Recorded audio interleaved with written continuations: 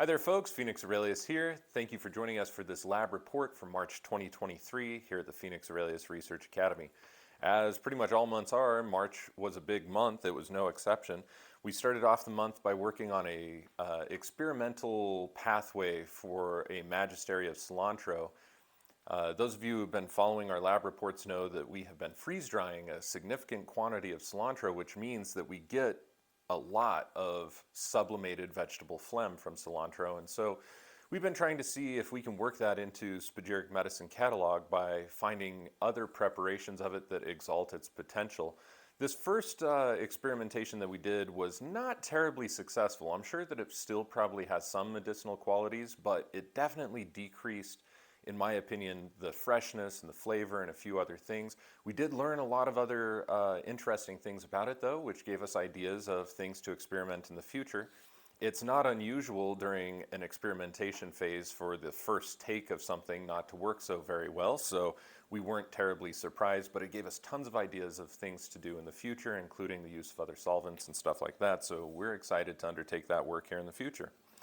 Speaking of undertaking work in the future, we have been working very, very diligently for a good number of months, probably I'd say the better part of 3 to 4 months now, in order to get an enormous amount of tinctures made and stocked up on the shelves, and also to be able to create our Spagyrics of the Month releases for almost, or perhaps even more than, an entire year in advance, so that it gives us time over here at the Research Academy to undertake many different projects. We've had, I'd say, between 150 to 200 different lab projects that we would love to undertake, and just for one reason or another have not been able to find or allocate the time to be able to do that. Of course, working on various projects like distillations and fermentations and things like that anyway are rather lengthy processes that require multiple different days. In the case of fermentation, sometimes multiple different months.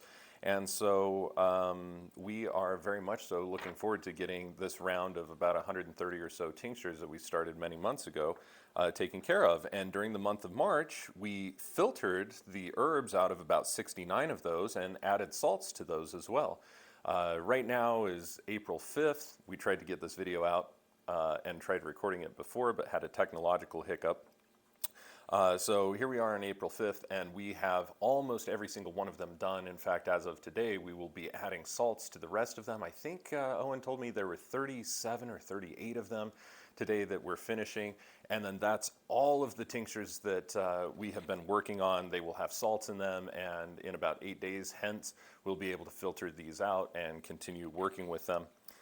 So we're very excited about that over here. That's going to afford us a lot of freedom to just research and do things in a way that we've never experienced before. So we're very excited about that.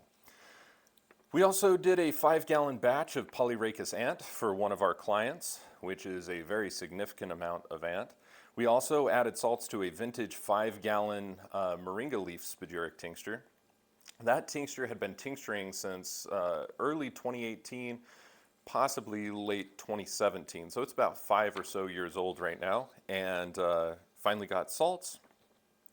It is already released in the Spagyric Apothecary as well. So if you're interested in getting your hands on that, that's a very, very good one. It's been kept in the dark and macerating for an extraordinarily long time until the biomass was virtually nothing but broken down cellulose. So we're very, very, very excited to add that to the shelves. And it's a good sign too, because I made a tremendous amount of Moringa Spagyric tincture back in 2018 or something like that, maybe early 2019. And we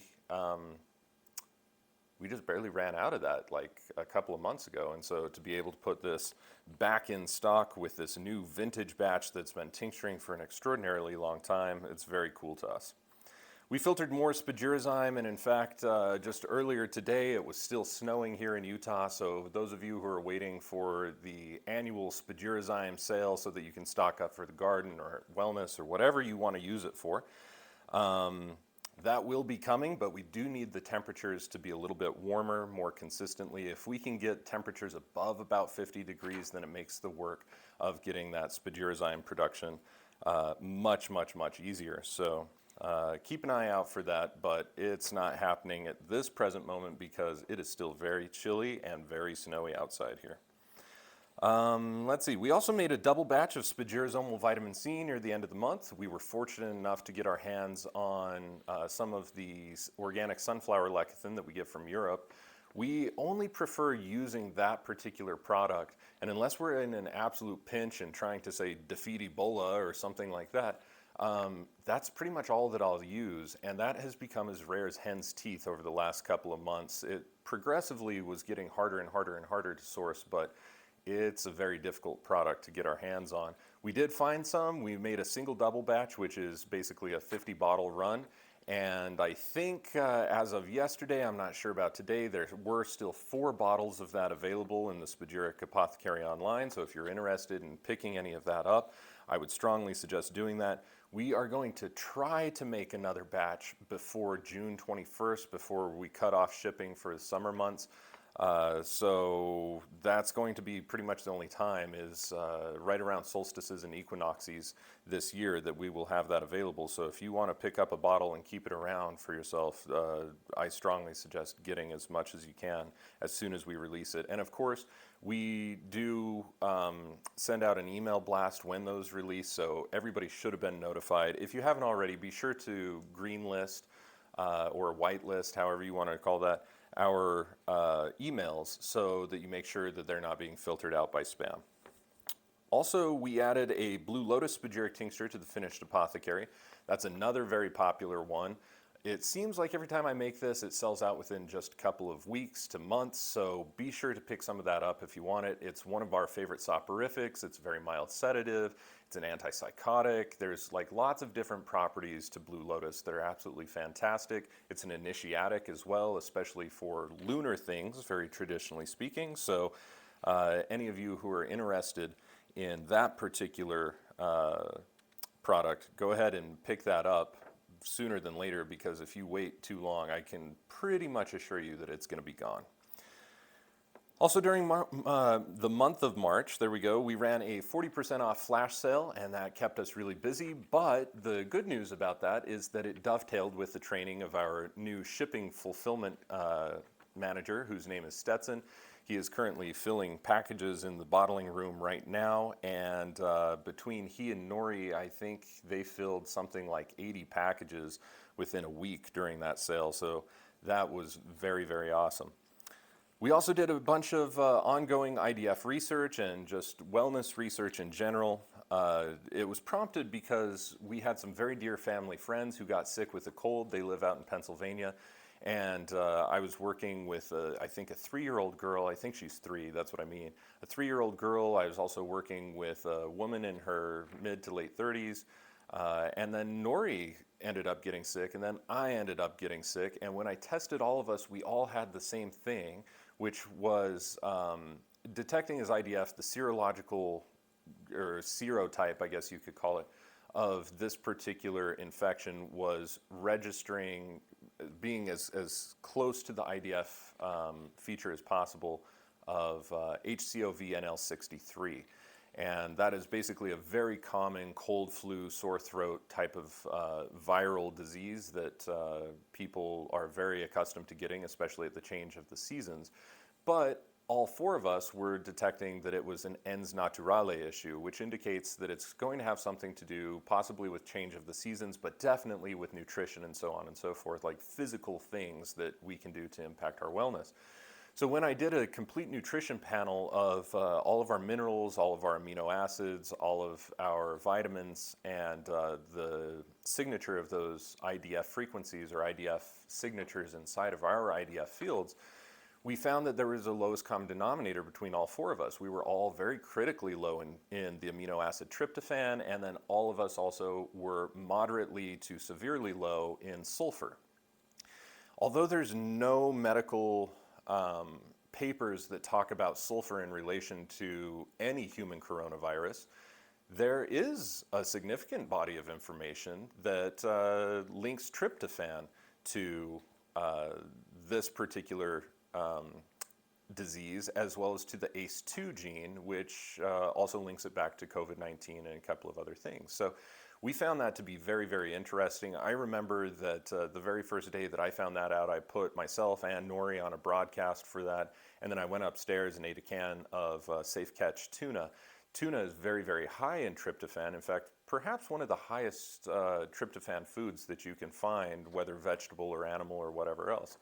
And I got shivers up and down my spine and started feeling significantly better. And in fact, once I found out that tryptophan was the lowest common denominator between us all, Nori and I started eating tryptophan, and shortly thereafter she recovered pretty quickly, and I had very, very, very minimal symptoms throughout the entire disease, illness, condition, whatever it is that you would like to call that.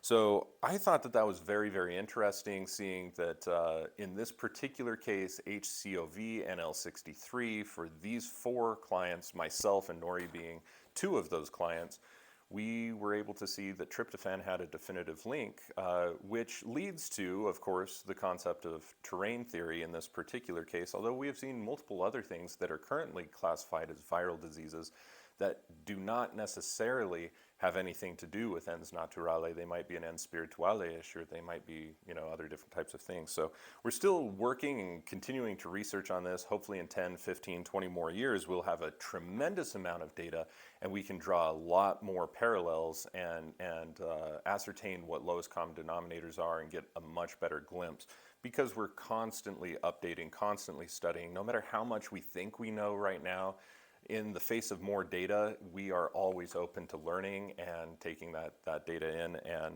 accepting it and taking a look at it for what it actually tells us, instead of trying to impose our theories or our ideas on the data itself.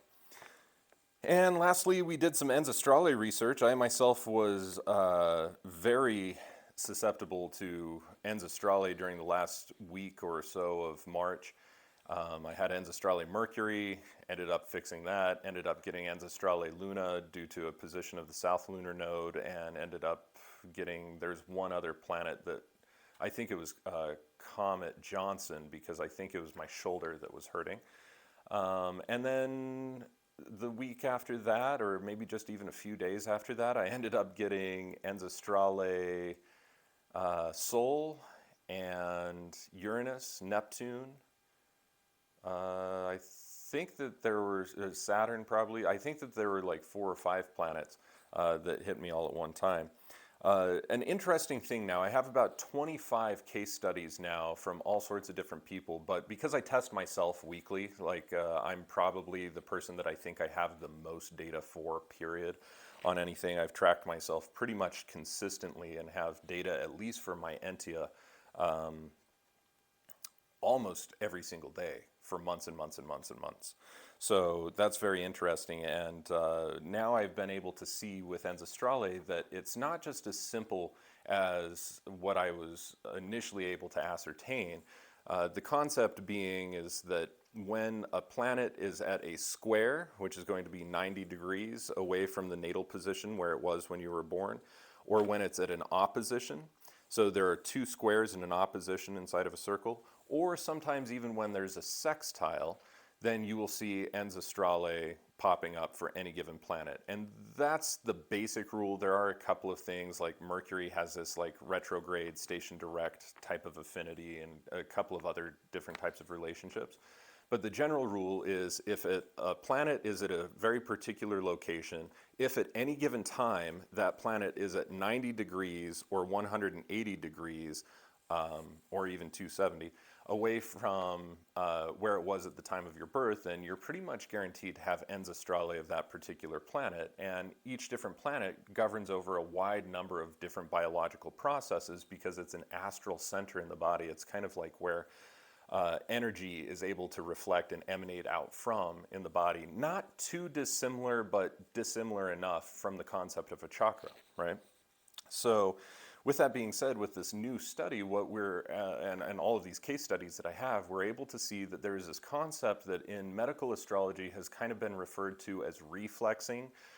We can also call it aspecting, that draws other planets into it. So let's talk about, let's just say that we're talking about Venus. Let's say that Venus is up here at the time of your birth, And at a very particular point in time, Venus is going to be 90 degrees away from where it was at the time of your birth. Now that should create ens astrale Venus for that individual.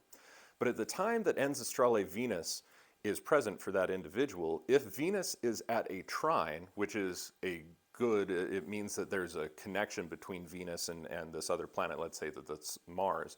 There's a trine between Venus and Mars. Now, Venus and Mars are both going to be afflicted for that individual, even though Venus is the only one that is supposed to be at 90 degrees away. Mars itself may not have that 90 or 180 degree relation.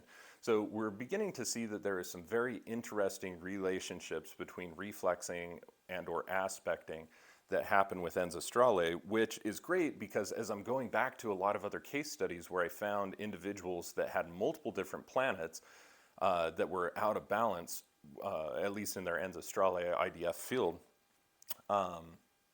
we were kind of wondering there for a while, like, how are all of these planets out? But when we pull up charts of when the person claims to have started or noticed that symptoms were developing, we can see that there are aspecting relationships to some of these other planets. And so we have plenty of data to draw from. I can go back to pretty much every case study that I've ever worked with and pull that data. So it's very, very interesting. We're continuing to elaborate on ens astrale, which is kind of cool and kind of not cool. I thought that I had it in the bag, but that's the thing about data. If you continue pulling data and keep researching, keep experimenting, you're bound to find things that you didn't realize the first time, second time, or even the 300th time around. It's all about regularity of data and continuing to take a look at it objectively and see what it's telling you. So at any rate, we had plenty of other things going on, but like I said, 69 tinctures during the month of March is nothing to scoff at. That was a tremendous amount of work, primarily for Owen, who was busy doing a tremendous amount of filtrations and salt preparations. And so yeah, very busy month, and that has led into April, and we're very busy with that now too in the very first part of this month, which we'll report on next month. At any rate, we would like to thank you so much for all of your support. All of your purchases have helped us enormously, especially with that 40% off flash sale and the purchases of the Spagyric vitamin C. So thank you to everybody who made a purchase. One little quick statistic I'd like to leave you with is that in the recent months, probably for the last 6 or so months, we have about $35,000 of overhead every single month here at the Research Academy between employee wages, subscriptions, website fees, like all of the different things, laboratory materials, labware, alcohol costs, so on and so forth. It's an enormous expense to be able to run a research academy, even on the level that we're doing it with the small amount of staff that we have, and none of that would be possible without you and without your purchases. So I would like to thank you very sincerely. The ability to be able to do this work means the world to us. I know that every single one of us come into work every single day thankful for the opportunities that we have, and largely that's because of your support. So again, thank you so much. If you have any questions, contentions, concerns, anything, please don't hesitate to reach out to us at support@phoenixaurelius.org, and we'll see you again next month.